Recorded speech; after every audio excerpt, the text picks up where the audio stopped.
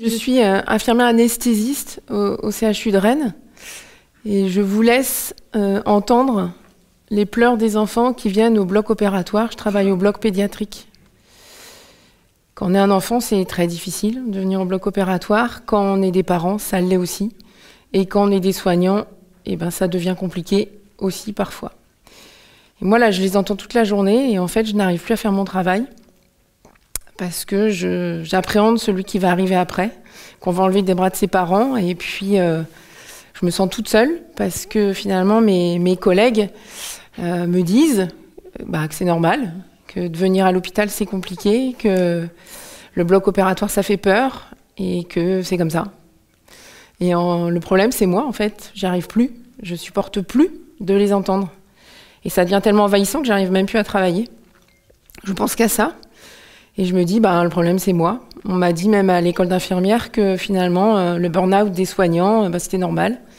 Et qu'au bout de quelques années, on faisait un autre métier. Je me dis, ça y est, ça m'arrive. Et pourtant, je l'ai choisi, ce métier. J'ai pas du tout envie de partir. Et je suis vraiment pas bien. Et je me rappelle d'un petit garçon qui arrive au bloc et qui me dit, paniqué, je peux pas dormir sans mon doudou. Et nous, on est prêts à l'endormir parce qu'il a une fracture du fémur et qu'il hurle et qu'on est tous persuadés qu'il a très mal et très peur. Et en fait, non. Son problème, c'est que il peut pas dormir sans son doudou et on comprend bien qu'on est un enfant, ça devient un vrai sujet.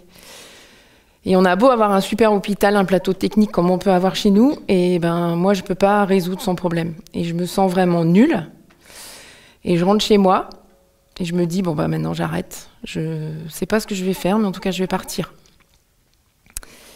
Et je me souviens de ce petit garçon, et je me dis finalement, je vais pas révolutionner le système hospitalier, mais peut-être d'avoir des doudous, c'est possible. Et je me mets devant mon ordinateur et j'envoie un mail. La bouteille à la mer. Aidez-moi, on n'a pas de doudou pour les enfants à l'hôpital. Et vous doutez bien que c'est pas une priorité de l'hôpital non plus. Et j'envoie ce mail.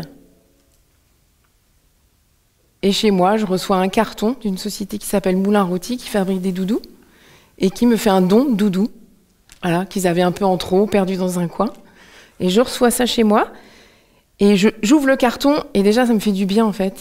Déjà, le message a été reçu, et je me dis, il se passe des belles choses, quand même. Je l'emmène à l'hôpital, on donne les enfants aux doudous, on donne ces doudous aux enfants.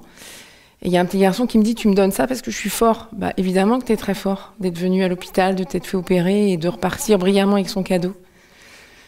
Et je vois que mes collègues, finalement, ça leur fait du bien aussi. Et que chacun vient chercher un doudou, le donne. Et qu'on a vidé le carton, qu'est-ce qu'on fait? Là, déjà, je suis toujours à l'hôpital. Je ne suis pas partie. Et j'embarque 2 collègues et on crée une association pour avoir un compte et aller chercher des fonds pour financer nos doudous. C'est aussi simple que ça. On l'appelle comment? Les petits doudous. Et c'est parti. Et il y a une petite dynamique qui se met avec ça. Et ça fait déjà du bien. C'est pas grand-chose, mais ça fait déjà du bien. Et à côté de ça, et toutes les belles images qu'on a vues tout à l'heure, moi, je travaille sur le tri des déchets au bloc opératoire. Je fais partie de la commission développement durable. Et tous les jours, je m'énerve sur le mauvais tri qu'on peut faire à l'hôpital et tous les déchets qu'on a sur l'usage unique et tout le matériel qui existe. Et je sensibilise un peu mes collègues pour mieux trier entre les déchets d'activité de soins normaux et les déchets d'activité de soins à risque infectieux qui coûtent très très cher aux hôpitaux dans l'élimination, à peu près 1 000 € la tonne. Et je me dis, mais qu'est-ce qu'on a dans ces poubelles? Et je commence à les trier. Et je me rends compte qu'il y a des métaux qu'on jette, des fils de bistouri électrique, de l'aluminium autour des dispositifs médicaux, de l'inox. Et je me dis, mais c'est incroyable de jeter des métaux alors qu'aujourd'hui on en a besoin et qu'on en cherche partout. Et je fais un lien entre recycler et valoriser des métaux et financer l'association. Alors ça paraît un peu fou, et puis souvent on dit, c'est pas parce qu'on ne sait pas le faire qu'il ne faut pas le faire, mais je me dis, mais moi je ne suis pas ferrailleur, mais peut-être que ça se valorise. Et on fait passer le mot et tout le monde se met à récupérer ce fil de bistouri électrique qui contient du cuivre, qu'on met dans un petit process, qu'on décontamine avec les instruments et qu'on va vendre à un ferrailleur. La première année, on a financé 95% des cadeaux offerts aux enfants au CHU de Rennes avec le recyclage des déchets hospitaliers. tout le monde s'y était mis. Une action un petit peu spontanée, sans autorisation. Évidemment, assez vite, je suis allée prévenir la direction de notre petite activité parallèle. Et avec un petit peu de bon sens, j'ai eu une oreille attentive, parce que c'était évidemment pas pour financer mes vacances, mais pour améliorer la prise en charge des enfants. C'était aussi une action éco-responsable et l'hôpital avait moins de déchets à retraiter. Donc nous, on finançait nos doudous, mais l'hôpital avait moins de dépenses. Donc finalement, tout le monde gagnait. Et aussi de montrer qu'une action éco-responsable, c'est vraiment de la valeur pour tout le monde. Et sous ces arguments et en réalisant un beau protocole pour sortir ce fil en sécurité, on a eu l'autorisation du directeur du CHU de Rennes de continuer à faire cette activité. Mais l'enfant, il avait un doudou à la fin, qu'on arrivait à financer, mais en fait, il arrivait toujours en pleurant. Et moi, ça, tous les jours au travail, c'est difficile encore de les entendre pleurer, même si je suis contente qu'ils repartent avec un doudou. Et les enfants, leur univers, c'est le jeu. Et je me dis, mais il faut les faire jouer, en fait, pour venir au bloc. Voilà, comme un jeu de piste sur une feuille, leur donner. Vous voyez, je rêve de leur donner envie de venir et qu'ils se projettent sur ce parcours qui est comme un jeu de piste, en fait, si on résume un peu. D'arriver, de prendre l'attention, d'aller au bloc. Et puis, on commence à réfléchir et finalement, grâce au numérique, on se dit, mais non, on va leur donner des tablettes et puis ils vont pouvoir jouer sur un jeu qu'on va télécharger. Il faut juste financer des tablettes, ça coûte cher. Donc on se lance un petit peu dans ce projet et le problème c'est que je prends la tablette et ça n'existe pas en fait. Un jeu où l'enfant est un héros d'un parcours à l'hôpital pour venir au bloc. Donc on est avec les membres de l'association, on est déjà une vingtaine à ce moment-là dans l'association. Et moi je dis on va faire un jeu vidéo. Donc il y a un petit flottement dans la salle, beaucoup de rire aussi, non mais fait de l'anesthésie quand même. Alors, on ne sait pas faire un jeu vidéo, évidemment, mais on a du réseau, on va demander, on va aller chercher des gens. Il y a des gens qui savent faire des jeux vidéo. Et donc, on en parle, nos amis, nos familles, à tout le monde. Et je rencontre un designer qui me dit que c'est possible. Et une entreprise du numérique, avec David de l'association, qui me dit, on va vous aider à faire ce jeu vidéo en mécénat, en mettant des développeurs à votre disposition. Donc, en fait, il faut qu'on explique l'univers hospitalier, les besoins qu'on a de prendre l'attention, ça c'est des données que seuls les soignants peuvent avoir, ou les patients, et des développeurs qui vont mettre en musique et créer ce jeu vidéo qui arrive en avril 2014, et les enfants arrivent au bloc en jouant à ce jeu qui s'appelle Le héros c'est toi. On les regarde, moi je les regarde, finalement ils n'ont pas l'air très stressés ces enfants qui viennent au bloc avec ce jeu.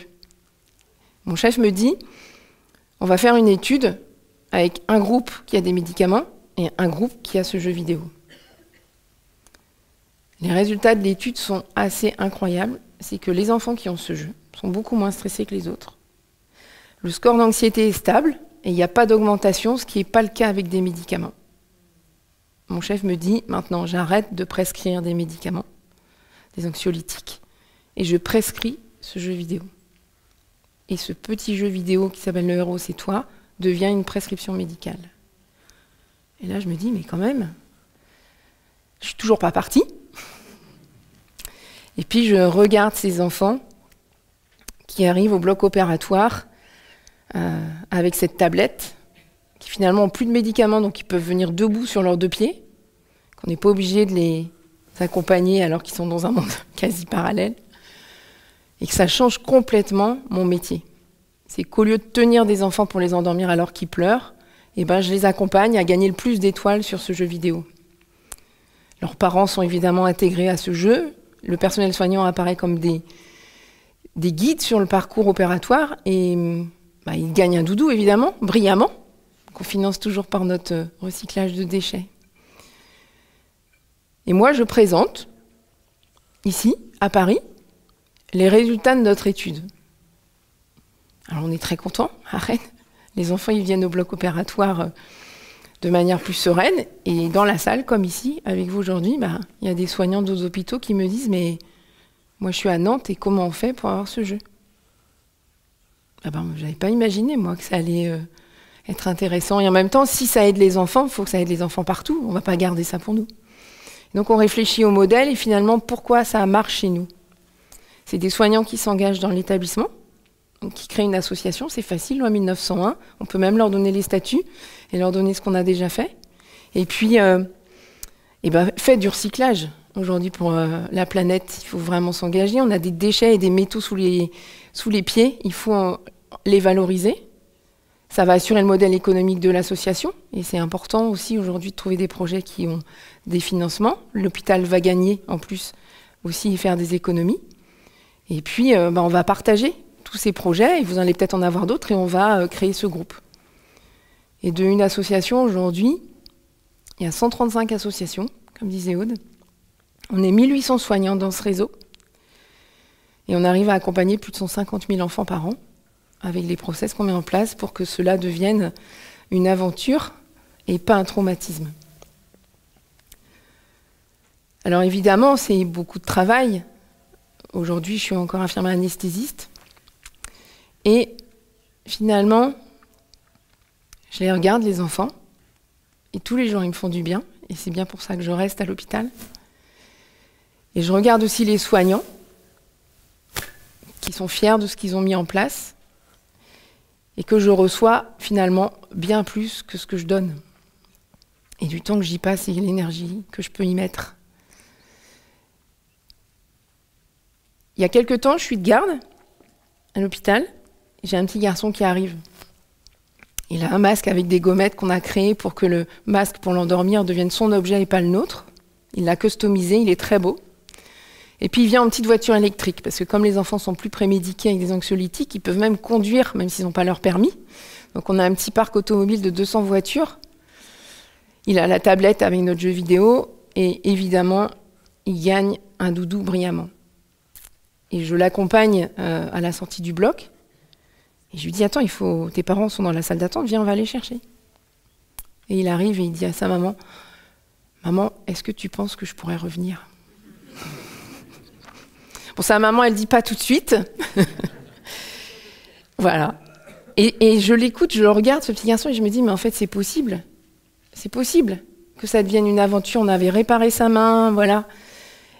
Et finalement, les angoisses des enfants à l'hôpital, c'est souvent aussi ce qu'ont vécu les parents et les traumatismes qu'ils ont eus avec cette prise en charge qui était parfois compliquée et la peur qu'ils pouvaient avoir. Et aujourd'hui, ça change. Aujourd'hui, on le montre. On explique comment les enfants ils viennent au bloc opératoire en voiture, qu'ils gagnent des cadeaux et que ça devient ludique et que c'est nécessaire de venir à l'hôpital. Il y a des médecins qui ne sont que là. Et donc, voilà, moi je vois aussi tout le regard des soignants qui vivent de belles choses et que finalement tous, je pense, on peut se dire que cet engagement important, la valorisation de ce qu'ils reçoivent est bien, bien plus forte. Et moi, je me nourris de ça, comme d'être là aujourd'hui avec vous. Voilà, donc c'est pas parce qu'on ne sait pas le faire qu'il ne faut pas le faire, clairement, parce que moi, je ne sais toujours pas faire un jeu vidéo. Je suis un peu plus calée dans la valeur des métaux, mais je ne suis pas ferrailleur. Et puis que, finalement, on a peut-être un petit peu changé le système hospitalier, et qu'on a encore beaucoup de choses à faire. Il y a beaucoup d'enfants un peu partout qui doivent être mieux pris en charge, leurs parents aussi. Et les soignants, les encourager à rester dans nos hôpitaux pour changer le système et ne pas partir, comme on nous a appris, de se dire que c'était normal de partir. Eh bien non, finalement. Changeons le système pour rester et être mieux dans notre travail. Et chacun peut être acteur de ça. Parce que si on réfléchit bien, qu'est-ce que j'ai fait ? J'ai envoyé un mail. Et là, tous les jours, vous envoyez des mails. On n'a rien à perdre, on a tout à gagner. Quand on a parlé du jeu vidéo, c'est dit, on ne sait pas le faire. Si on n'y arrive pas, on n'y arrive pas. On va continuer à travailler comme on peut. Mais si on y arrive, peut-être que ça sera bien. Donc finalement, voilà, on est tous capables d'envoyer un mail. On est tous capables de participer et puis d'accompagner ce qui va se passer. Donc envoyez des mails. Merci.